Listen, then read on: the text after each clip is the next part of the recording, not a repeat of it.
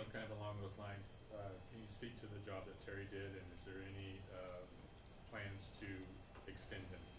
He has already been extended. When did that happen? About 20 minutes ago. Lunch on Terry.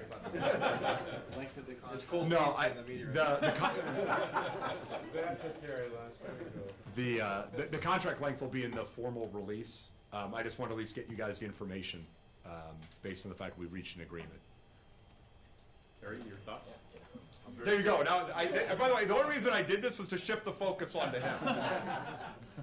No, obviously I'm pleased. I'm pleased with the season. I'm pleased that we came to an agreement. I'm very happy here. I'm happy with the team. This year was probably the most enjoyable year as a head coach, as far as the group of guys that we had, and you know, personally, we've kind of gone through peaks and valleys over my tenure, and this is another peak. So I couldn't be more happy that things have turned out the way they have, personally and for the team. Neil, just specifically, what do you like about Terry leading this group? We win every year. you know, Winning is important. We talk culture all you want. You got to win. So, you know, I mean, look, it's year 7, 6 straight playoff appearances, right? 3 trips to the second round, 1 to the conference finals, 2 division titles. I mean, and again, we still have one of the youngest rosters in the league. Our young players develop. You know, there's a great partnership, you know, and you do have to win. But I think, you know, we saw this in the past. I mean, friends of Terry's and mine that won, and because of extenuating circumstances that went beyond the win-loss record, guys weren't retained. You know, so it goes beyond just wins and losses. It's alignment, it's partnership, it's knowing the organization is moving forward.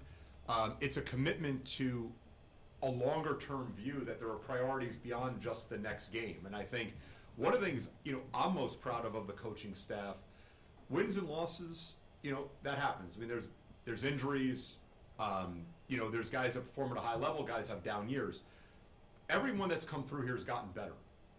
And at heart, you're hiring a coach to be a teacher. And, you know, as we see the league get younger and younger, there's such a value placed, especially in a market like Portland, where we can't always buy our way out of trouble, on developing our young players and finding reclamation projects and developing them. And I think when you look across the league, I don't know if anybody's had as much success as this staff of second-round picks panning out, guys that have flamed out elsewhere becoming contributing and integral players.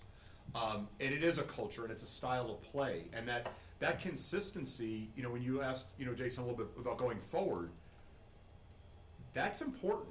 You know, I don't know that if we didn't have this consistency here, that we get Rodney Hood to give up his bird rights, that we get Enes Kanter to come in a buyout, and then once they came, that they would flourish.